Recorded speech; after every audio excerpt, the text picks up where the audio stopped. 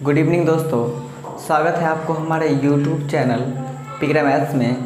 तो कैसे हैं आप सब? उम्मीद है आप लोग मज़े में होंगे, है ना। और आप लोग की तैयारी जो है बहुत ही अच्छी चल रही होगी, क्योंकि हम सभी जानते हैं कि कोरोना वायरस के कारण हम लोग जो है बहुत दिनों से घर में बने हुए हैं। अभी तक कोई भी ऑफलाइन कोचिंग वगैरह है वो खोलने का जो अलाउ है वो अभी तक नहीं हुआ है। तो हम भी ऑफ़लाइन कोचिंग के अलावा, चूँकि ऑफ़लाइन कोचिंग में तो अभी अलाउ है नहीं पढ़ाने का, तो ऑनलाइन ही आपको सेवा दे पा रहे हैं। तो अभी तक आपने हमारे इस चैनल को सब्सक्राइब नहीं किया है तो हमारे इस चैनल को सब्सक्राइब कर लें, क्योंकि अभी तक हमने आपके लिए अर्थमेटिक का पूरा वीडियो जो है वो अपलोड कर दिया है। और ये हमारा एडवांस मैथ का सीरीज़ चल रहा है, और एडवांस मैथ के सीरीज़ में हम इससे पहले ट्रायंगल को कंप्लीट कर चुके हैं और ये हमारा चतुर्भुज चल रहा है। ठीक है, तो आइए हम बिना देर किए हुए इस चतुर्भुज के पार्ट 2 के कुछ अच्छे क्वेश्चंस को डिस्कस करते हैं। तो आइए पहला क्वेश्चन जो देखते हैं, क्वेश्चन है एक समचतुर्भुज का एक विकर्ण दूसरे विकर्ण का 80% है। यदि उस समचतुर्भुज का क्षेत्रफल 40 वर्ग सेंटीमीटर है तो उसके बड़े विकर्ण की लंबाई क्या है। अब ध्यान से समझिएगा, ठीक है।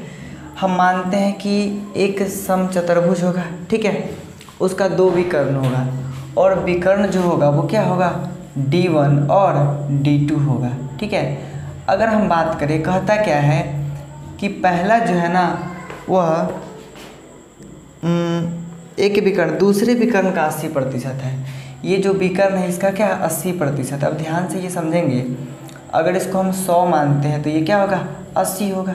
रेशियो में ये कटने के बाद ये 4 आएगा और ये कितना आएगा 5 आएगा। ठीक है, अब अगर हम बात करें इसका आगे जो है दिया हुआ है, इसका जो क्षेत्रफल वो 40 सेंटीमीटर है, 40 वर्ग सेंटीमीटर। ठीक है, अच्छा इसका हम अगर हटाते हैं रेशियो तो ये 4x होगा और ये क्या होगा 5x होगा। अब हम बात करें समचतुर्भुज के क्षेत्रफल का फॉर्मूला क्या होता है। तो समचतुर्भुज के क्षेत्रफल का जो फॉर्मूला होता है वो क्या होता है 1/2, है ना, 1/2 इंटू D1 इंटू D2। ठीक है, और इसका जो मान है वो कितना दिया हुआ है 40। तो ये क्वेश्चन को देखते हैं, अगर हम D1 इंटू D2 को निकालेंगे, ठीक है, तो 1/2, ठीक है, गुने D1, तो D1 कितना है 4x है, ठीक है, इंटू D2, तो D2 कितना है 5x है, बराबर कितना होगा 40। अब जो है अगर हम बात करें, ये 2 दूना 4 काटेंगे, ठीक है, और ये 5 दूना 10 होगा, तो 10 से ये कटेगा 4 बार में। मतलब ये है कि x में x से गुना किए तो क्या होगा x² बराबर कितना होगा 4। तो यहाँ से x का मान कितना निकल गया 2 निकल गया। अब आपसे पूछा जा रहा है कि बड़े विकर्ण की लंबाई क्या होगा। ठीक है, तो बड़े विकर्ण की लंबाई यहाँ से क्या मिल रहा है, ये जो है छोटा विकर्ण है 4x है और ये क्या है बड़ा विकर्ण है 5x है। तो x का मान अगर हम रखते हैं 2, तो 5 दूना कितना होगा 10 सेंटीमीटर, और ये क्या है इस समचतुर्भुज का छोटा विकर्ण, छोटा नहीं, ये बड़ा विकर्ण है, और ये अपना आंसर है। अगला क्वेश्चन आपके सामने है, एक समलंब चतुर्भुज का क्षेत्रफल 9 वर्ग मीटर है। यदि इसकी समांतर भुजाएं 1:2 के अनुपात में है, ठीक है, तथा इनके बीच की जो लंबवत दूरी है वो 6 मीटर है, तो समांतर भुजाओं में सबसे बड़ी भुजा की लंबाई निकालें। तो आइए इस क्वेश्चन को देखते हैं। क्वेश्चन कहता है एक समलंब है, ठीक है, एक समलंब है जिसका समांतर जो भुजा है उसका रेशियो दिया हुआ है, ठीक है, 1:2 दिया हुआ है। हम क्या करेंगे, जो 1:2 इसका रेशियो दिया हुआ है उसको हम क्या करेंगे, रेशियो को हटाकर एक जो अनुपात 2 है उसको हम x/2x मान लेते हैं, ठीक है, और इसके बीच का जो लंबवत दूरी है, ठीक है, वो दिया हुआ है आपका 6 मीटर। ठीक है, अब ध्यान से हम ये समझेंगे, इसका क्षेत्रफल भी दिया हुआ है, और इसका जब क्षेत्रफल दिया हुआ है तो इसका जो फॉर्मूला होता है, ठीक है, इसका क्षेत्रफल दिया हुआ है 9 मीटर स्क्वायर, ठीक है, और इसका क्षेत्रफल का जो फॉर्मूला होता है वो हम ऑलरेडी बता भी चुके हैं, लेकिन फिर से बता दे रहे हैं 1/2 इंटू, ठीक है, अगर इसको हम a मान ले और इसको b मान ले, ठीक है, तो हम लिखेंगे a plus B into H, ठीक है। ये जो ऊंचाई है उसको h मान लेंगे, बराबर कितना है 9। अब अगर हम बात करें ये दो जो है भाग में, इधर आएगा तो गुना में हो जाएगा। a का मान कितना दे रखा है, x दे रखा है, और b का मान कितना दे रखा है 2x दे रखा है, और ऊंचाई यानी कि h का भी मान कितना दे दिया है 6 दे दिया है, तो 9, और ये जो भाग में इधर आएगा तो क्या होगा गुना में, ठीक है। अब जो है हम क्या करेंगे, 2 से कटेगा 3 बार में 6, और 3 से कटेगा 3 तिहाई 9। अब आप ध्यान से देखिएगा x और 2x को जोड़ेंगे तो 3x होगा, बराबर कितना है 3। तो यहाँ से x का मान कितना निकल गया, x का मान 1 मीटर निकल गया, यानी कि 1 निकल गया। अब यहाँ पे कहा जा रहा है कि सबसे बड़ी भुजा कितनी है, तो सबसे बड़ी भुजा कितनी है 2x है, तो हमें 2x का मान निकालना है। और 2 इंटू एक्स, आप ये समझ पा रहे हैं कि 2 और x का मान कितना है 1 है, और 2 में 1 से गुना करेंगे तो 2 होगा, यानी कि 2 मीटर जो है इस समलंब की सबसे बड़ी भुजा है, और यही अपना आंसर भी है। आइए अगले क्वेश्चन की ओर बढ़ते हैं। क्वेश्चन आपके सामने है, एक समचतुर्भुज का विकर्ण 48 मीटर एवं 14 मीटर है, तो इसका परिमाप क्या होगा, ठीक है। एक समचतुर्भुज है, अगर हम बात करें समचतुर्भुज का, ठीक है, तो समचतुर्भुज में क्या होता है, सभी भुजा आपस में क्या होती है बराबर होती है। इसमें दिया हुआ है 2 विकर्ण, यानी कि एक दिया हुआ है 48, यानी कि यहाँ से यहाँ तक जो है कितना है वो 48 है, और यहाँ से यहाँ तक दिया हुआ कितना है 14 है। आप अगर देखिए यहाँ से यहाँ तक अगर 48 दिया हुआ है, और आपको पता है समचतुर्भुज का जो विकर्ण होता है वो एक दूसरे को बराबर 2 भागों में विभाजित करता है, ठीक है। अगर ये 48 है तो ये कितना होगा 24 होगा, और ये भी 24 होगा। अगर ये 7 यहाँ से यहाँ तक 14 दिया हुआ है तो इसको भी आधा कर लेंगे, ये भी 7 होगा और ये भी 7 होगा। अब हम एक ट्रिपलेट्स बताए थे आपको, ठीक है। अब यहाँ जो है ये 90 डिग्री का कोण बनेगा, ये 90 डिग्री के कोण पे विभाजित करता है, जो कि आपको हम ज्योमेट्री में ही बताएंगे इस चीज़ को। अब जो है ये भुजा जो है कर्ण हो जाता है, और ये दोनों में से एक लंब और एक आधार हो जाता है। और आपको हम ट्रिपलेट्स बताए थे, है ना, ट्रिपलेट्स के वीडियो में आपको हम बताए थे इसका जो रेशियो होता है 7:24:25। इसका मतलब ये है कि अगर एक भुजा 7 है, दूसरा 24 है, तो तीसरा कितना होगा 25 होगा। और आपको पता है परिमाप बराबर क्या होता है 4 गुने भुजा, ठीक है। तो हम क्या करेंगे, परिमाप यानी कि परिमाप बराबर क्या लिखेंगे 4 गुने साइड, ठीक है, और 4 गुने एक को साइड कितना है 25 है, तो 25 से 4 में गुना कर लेंगे, और जैसे 25 से 4 में गुना करेंगे 25 होगा कितना होगा 100, और ये सेंटीमीटर, तो इसका परिमाप कितना निकल गया 100 सेंटीमीटर, और ये अपना आंसर है। आइए अगले क्वेश्चन की ओर बढ़ते हैं। एक समलंब चतुर्भुज की समांतर भुजाएं 46 मीटर एवं 25 मीटर है, जबकि अन्य 2 भुजा 20 मीटर और 13 मीटर है, तो उस समलंब चतुर्भुज का क्षेत्रफल क्या है, ठीक है। अब ध्यान से समझेंगे, ये भी एक समलंब चतुर्भुज है, ठीक है, ये क्या है एक समलंब चतुर्भुज है, आप ध्यान से समझ सकते हैं इसको, ठीक है। और इसमें जो समांतर भुजाएं हैं वो नीचे वाला दे दिया है कितना 46 सेंटीमीटर, और ऊपर वाला दे दिया है 25 सेंटीमीटर, ठीक है, ये कितना है 25 सेंटीमीटर है। और ये जो असमांतर भुजा है उसका भी मान दिया हुआ है, एक 20 और दूसरा क्या है 13 है, तो इसका क्षेत्रफल पूछा गया है। ये 20 है और ये कितना है 13 है। अब इसको करने का बहुत सारा तरीका है, लेकिन हम सिंपल सा तरीका को यूज़ करेंगे, क्योंकि एग्ज़ाम में जो है हमारे पास समय बहुत कम होता है, और कम समय में ही हमें अधिक से अधिक क्वेश्चन करने होते हैं, ठीक है। अगर यहाँ से भी हम एक लंब डाल दें, ठीक है, और यहाँ से भी एक लंब डाल दें, अब ध्यान से आप समझिएगा, ये दोनों लंब जो है आपस में क्या होगा बराबर होगा, ये तो आपको पता है। ये 25 है तो ये भी सामने कितना होगा 25 ही होगा, ये यहाँ से यहाँ तक कितना हुआ 25 है। अगर 46 में, अब ध्यान से समझिएगा, 46 में अगर 25 हम घटा दें तो कितना आएगा 21 आएगा। अब जो है ये दोनों मिलाकर 21 होगा, ठीक है, ये दोनों मिलाकर कितना होगा 21 होगा। यहाँ से यहाँ तक तो 25 है, ये वाला स्पेस बचा और हमारे पास ये बचा, और ये दोनों मिलाकर कितना होगा 21 होगा। ये चीज़ आप समझ पा रहे होंगे। अब जो है ये कर्ण है, और ये कर्ण कितना है 20 है, और ये कर्ण कितना है 13 है, तो इसका जो रेशियो बनता है वो क्या बनता है ध्यान समझेंगे। अगर कोई कर्ण 13 है तो ट्रिपलेट्स का यूज़ करके हम क्या बना सकते हैं, ट्रिपलेट्स का यूज़ करके हम ये कर सकते हैं 5:12:13, ठीक है, इसका ट्रिपलेट्स होता है। क्योंकि अगर हमें ये पता चल जाए ये लंबाई तो हम आंसर को आसानी से निकाल सकते हैं। लेकिन अब ध्यान से ये समझिएगा, ये 5 ये है या 5 ये है, 12 ये है या 12 ये है, ये हमें चेक करना है। अगर इसको हम 12 मानते हैं, ध्यान समझिएगा, इसको अगर हम 12 मानते हैं तो ये कितना होगा, 5 होगा। तो अगर ये 12 है तो ये भी कितना होगा, 12 होगा। तो क्या ये ट्रिपलेट्स बन पा रहा है, ये हम चेक करेंगे। तो अगर ये 20 है, ये 12 है, तो ये कितना होगा, है ना। तो ये कितना होना चाहिए, तो ये 16 होना चाहिए। क्यों होना चाहिए 16, क्योंकि 46 में 25 ये है और ये कितना है, 5 है, तो 25 और 5 30 हो गया। तो ये अगर 16 बन जाए तो हमारा बात बन सकता है, ठीक है। अब अगर हम बात करें इसका रेशियो का, तो 3, 4 और 5 का रेशियो यहाँ भी बन रहा है, 3:4:5। अब आप ये समझेंगे कि 3:4 तो यहाँ 4 और रेशियो 5 तो लिखा ही नहीं है। हम बताए थे आपको जब ट्रिपलेट्स बताए थे उस टाइम कि इसके गुणन यानी कि गुना करके भी लिखा रह सकता है, भाग करके भी लिखा रह सकता है, ठीक है। तो यहाँ पर देख रहे हैं सबका 3 गुना है, सबका 4 गुना है, तो 3 चौका 12 लिखा हुआ है, यहाँ 4 चौका 16 लिखा हुआ है और ये 4 5 20 लिखा हुआ है। तो आप समझ पा रहे होंगे कि ये ट्रिपलेट्स में जो है 4 से गुना करके लिखा हुआ है। अब जब 4 से गुना करके लिखा हुआ है, इसका मतलब ये है कि अगर इसको हम पूरा जोड़े तो ये 46 आ रहा है, 25 और 5 30 और 16 46 आ रहा है, ठीक है। इसका मतलब ये है कि जो लंब होगा वो 12 तो होगा ही, फिक्स है।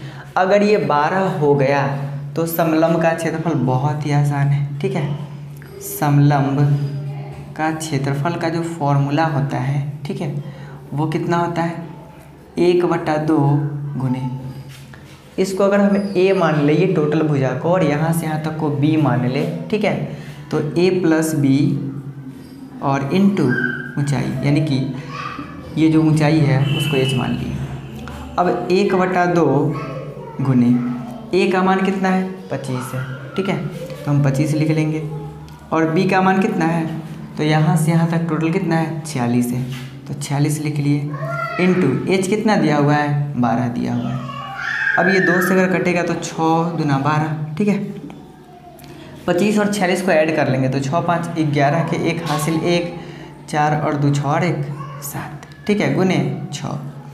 अब जैसे इसको गुना करेंगे तो कितना होगा, 6 एकम 6 और 6 सते 42, यानी कि 426 सेंटीमीटर स्क्वायर क्या आ गया, इस समलंब का क्षेत्रफल आ गया और यही अपना आंसर भी है। अगला क्वेश्चन आपके सामने है। क्वेश्चन कहता है एक समचतुर्भुज का एक विकर्ण 48 सेंटीमीटर और भुजा 30 सेंटीमीटर है, तो इस चतुर्भुज की ऊंचाई कितनी है, ठीक है, लगभग में। अब ध्यान से समझिएगा, एक समचतुर्भुज है ना, एक क्या है, समचतुर्भुज है, और इस समचतुर्भुज में क्या क्या दे रखा है, एक विकर्ण दे रखा है, कितना, 48, यानी कहने का मतलब यहाँ से यहाँ तक कितना दे रखा है, 48 दे रखा है, और इसका जो भुजा है वो दे रखा है कितना, 30। समचतुर्भुज है, चूँकि समचतुर्भुज में क्या होता है, सभी भुजा आपस में बराबर होता है, और इसका ऊंचाई पूछा जा रहा है। अब ध्यान से ये समझेंगे हम कि अगर ये यहाँ से यहाँ तक 48 है, अगर ये विकर्ण को भी मिला ले तो ये बराबर 2 भागों में बांटेगा, ठीक है। अगर ये 48 है तो ये कितना होगा, 24 होगा, और ये भी कितना होगा, 24 होगा। देख लेते हैं एक बार, ठीक है, 48 ही है। अब अगर हम बात करें, ध्यान से ही समझिएगा, ये 24 है, ये 30 है, तो आखिर ये कितना होगा, क्योंकि ये 90 डिग्री का कोण बना रहा है, ठीक है। और 90 डिग्री का अगर कोण बना रहा है तो ये समझेंगे हम कि ये कर्ण है, ये लंब और आधार दोनों में से कोई एक है, तो इसका ट्रिपलेट्स का हम बात करें, ठीक है, तो आखिर यहाँ पर कुछ ना कुछ तो होगा, यानी कि हम मानते हैं कि यहाँ कुछ होगा, रेशियो, ठीक है, 24:30। आप देख रहे हैं क्या ये 3:4:5 पे आ रहा है। अगर हम चेक करते हैं 3:4:5, 5 का 6 गुना 30, 4 का 6 गुना 24, तो 3 का 6 गुना कितना होगा, 18 होगा। इसका मतलब ये है कि ये कितना है, 18 है। ये 18 है तो ये भी कितना है 18 है।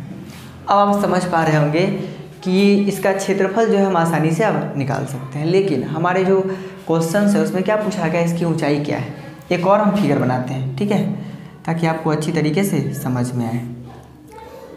इसका एक और फार्मूला क्या होता है, ठीक है, इसका एक और फार्मूला होता है ना, 1/2 गुने आधार गुने ऊंचाई, ठीक है। अब समझेंगे हम ध्यान से इसको कि पुश करो तो क्लियर हो गया। तो इसका जो क्षेत्रफल होता है वो कितना होता है, आधार गुने ऊंचाई। अब अगर हम इसका क्षेत्रफल निकाल कर, क्योंकि हमसे जो पूछा गया है वो क्या पूछा गया है, ये ऊंचाई पूछा गया, यानी कि हाइट पूछा गया है। तो इसका हम अगर क्षेत्रफल निकाल ले और इसके क्षेत्रफल के अगर बराबर कर दे तो हमारा आंसर आ जाएगा, ठीक है। तो सबसे पहले उसका क्षेत्रफल निकाल लेते हैं। तो क्षेत्रफल बराबर कितना हो जाएगा, 1/2 इंटू d1 इंटू d2, यही होता है ना। चलिए, तो 1/2 d1 का मान कितना दे रखा है 36, ठीक है, 18 36 होगा, और गुने d2 का मान कितना है 24 24 48, ठीक है। ये काटेंगे हम तो 18 दूना 36 होगा। इसका मतलब है ये 18 गुने कितना हो गया 48 हो गया सेंटीमीटर स्क्वायर। और चूंकि एक ही चतुर्भुज है तो इसका आपस में क्या होगा, दोनों क्षेत्रफल बराबर होगा। अब जब दोनों क्षेत्रफल बराबर है यानी कि एरिया जो है वो निकल चुका है कितना 18 गुने 48, ठीक है, ये एरिया है। और इसका जो फॉर्मूला होता है वो, तो इसका क्षेत्रफल जो है 18 गुने 48 सेंटीमीटर स्क्वायर दिया हुआ है, ठीक है। और इसका जो क्षेत्रफल का फॉर्मूला होता है वो क्या होता है, आधार गुने ऊंचाई। तो आधार जो इसका है, आधार को b मान लेते हैं, ठीक है, इंटू ऊंचाई को h मान लेते हैं, बराबर दिया हुआ कितना 18 गुने 48। अब इसका आधार जो है वो पहले से दे रखा है 30 है, यानी सभी भुजा 30 है तो इसका आधार कितना होगा 30 होगा। आधार जब 30 है तो हम क्या करेंगे, आधार का मान 30 रखेंगे इंटू h बराबर 18 गुने कितना होगा 48। अब अगर हम 6 से काटते हैं तो 6 × 5 = 30 और 6 से 3 बार में 18। अब जो है यहाँ से h का मान निकालेंगे तो ये दोनों को गुना करके और 5 से भाग देंगे। तो 8 से 3 बार में 24 के 4 हासिल 2, 4 × 3 12 और 2 14 बटा में कितना होगा 5 होगा। अब जब इसको हम भाग लगाएंगे तो 5 दूना 10, ठीक है, 4 बचेगा, ऊपर से 4 उतरेगा तो 5 × 8 = 40, ठीक है, दशमलव और फिर 5 × 8 = 40। मतलब ये है कि 28.8 सेंटीमीटर ये क्या है, इसका हाइट है, और यही अपना आंसर भी है। तो अगला क्वेश्चन आपके सामने है, एक समांतर चतुर्भुज की आसन्न भुजाओं का अनुपात दिया हुआ है 6:5। इसकी बड़ी भुजा है ना एवं ऊंचाई का जो अनुपात है वो दिया हुआ है 4:3 तथा चतुर्भुज का परिमाप 176 मीटर है। तो इसका क्षेत्रफल बताइए, ठीक है। अब हम समझेंगे यहाँ पर, ठीक है, इसका क्या क्या दे रखा है। एक जो है समांतर चतुर्भुज है, ठीक है, ये समांतर चतुर्भुज है जिसका जो सबसे लंबी भुजा है, यानी कि लंबाई मान सकते हैं या चौड़ाई मान सकते हैं यहाँ पर, ठीक है। वैसे ये आयत की तरह है नहीं, क्योंकि आयत में क्या होता है कि ये जो है सभी भुजा एक दूसरे से 90 डिग्री के एंगल पर मिलते हैं, लेकिन यहाँ पर ऐसा कुछ नहीं है, ठीक है। तो अगर हम बात करें यहाँ पर, तो इसको अगर लंबाई मान ले, इसको अगर चौड़ाई मान ले, ठीक है, तो क्या हो जाएगा, तो ये दोनों भुजाओं का जो अनुपात है वो दिया हुआ है 6:5, ठीक है। तो ये अनुपात में 6 है और ये कितना है 5 है। अब अगर बात करें अनुपात को हटाएंगे तो ये 6x होगा और ये क्या होगा 5x। समांतर चतुर्भुज में आमने सामने की भुजाएं क्या होती है, बराबर होती है। तो ये 6x है तो ये भी क्या होगा 6x, ये 5x है तो ये कितना होगा 5x होगा, ठीक है। और इसका परिमाप जो है 176 मीटर दिया हुआ है, ठीक है। इसका परिमाप जो है वो कितना दिया हुआ है 176 मीटर। अब अगर हम बात करें इसके परिमाप के फॉर्मूला का तो क्या लिख सकते हैं 2 × L + B, और इसका जो मान है वो दिया हुआ है 176 मीटर। 2 × L का मान कितना है तो 6x है और B का मान कितना है 5x है। तो यहाँ पर लिख लेते हैं 6x + 5x बराबर कितना होगा 176। अब इसको हम 2 से काट सकते हैं, ठीक है। तो ये हो जाएगा 2 अठे 16 और 2 अठे 16। अब अगर हम बात करें 6x और 5x तो कितना होगा 11x बराबर 88। तो यह 11 से 8 बार में कटेगा, मतलब क्या है x का मान कितना निकल गया, तो x का मान निकल गया 8। लेकिन इसका जो है एक और दिया हुआ है, इसका रेशियो दिया हुआ है कि इसका सबसे बड़ी भुजा, ठीक है, एक और हम फिगर बना लेते हैं समझने के लिए, ठीक है। मान के चलिए ये सेम क्षेत्रफल का है, चूँकि फिगर आपको देखने से छोटा लग रहा होगा, और इसका भी रेशियो दे रखा है, कितना दे रखा है, ये जो है 4 दे रखा है ना, और ये ऊंचाई जो है वो 3 दे रखा है, ठीक है, ठीक है। ये जो है 4 दे रखा है और ये ऊंचाई 3 दे रखा है। अब अगर हम ध्यान से देखें x का मान कितना है 8 है, तो ये कितना हो जाएगा 8 × 48, ठीक है। और ये 5x है तो ये कितना होगा 8 × 5 = 40। अब ध्यान से अगर हम देखेंगे ये बेस और ये बेस आपस में क्या है बराबर है, हम इसको y मान लेते हैं, ठीक है, चूँकि ऊपर x मान लिए तो इसको y मान लेते हैं। और यहाँ पे हमसे क्षेत्रफल पूछा गया है, ठीक है, ठीक है, क्षेत्रफल पूछा गया है। तो इसका फॉर्मूला क्या होता है, इसका जो फॉर्मूला होता है, यहाँ सबसे पहले हम y का मान निकालेंगे, क्योंकि y का मान है कितना, तो ये बेस 48 है ना, तो ये भी कितना है 48 ही है। तो ये 4 से कटेगा तो ये कितना हो जाएगा 12 × 4 = 48। y का मान 12 आ गया, तो ये 12 ये कितना होगा 36 होगा। अब इसका क्षेत्रफल हम आसानी से निकाल सकते हैं। इसका क्षेत्रफल बराबर क्या होता है बेस इंटू हाइट। तो इसका बेस कितना दिया हुआ है, इसका बेस जो है वो 48 है, ये बेस क्या है 48 है यहाँ तक, 48 इंटू हाइट कितना दिया हुआ है, हाइट जो है वो 36 है, ठीक है। अब 36 और 48 को आपस में क्या कर लेंगे गुना कर लेंगे। तो 36 और 48 में जब हम गुना करेंगे, यहाँ गुना करके हम बता दे रहे हैं, ठीक है। 6 से 8 बार में 48 के 8 हासिल 4, 6 × 24 और 4 कितना होगा 28 होगा। 8 में 3 से गुना करेंगे तो 24 के 4 हासिल 2, 4 × 3 = 12 और 2 = 14, ठीक है। 8 4 12 के 2 हासिल 1, 4 2 6 1 7 1 कितना हो गया 1728। मतलब ये है कि 1728 जो है इस समलंब चतुर्भुज का क्षेत्रफल है, और ये अपना आंसर भी है। तो उम्मीद है इस वीडियो में जो भी क्वेश्चन आपके सामने हम डिस्कस किए हैं वो सब आपको समझ में अच्छी तरीके से आया होगा। लेकिन अगर किसी भी क्वेश्चन में किसी तरह का डाउट हो तो आप नीचे कमेंट सेक्शन में हमें बता सकते हैं। एक और चीज़ बता दें कि अभी तक आपने हमारे चैनल को सब्सक्राइब नहीं किया है तो हमारे चैनल को सब्सक्राइब करें और अपने दोस्तों के साथ शेयर कर लें। मिलते हैं अगले वीडियो में, तब तक के लिए अपना ख्याल रखें। धन्यवाद।